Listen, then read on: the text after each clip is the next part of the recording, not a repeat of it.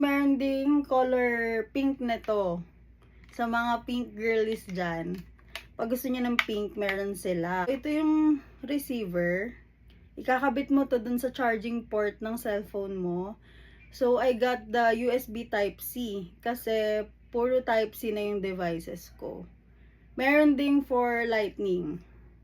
Ayan. So, pili ka na lang doon. Kung anong gusto mo.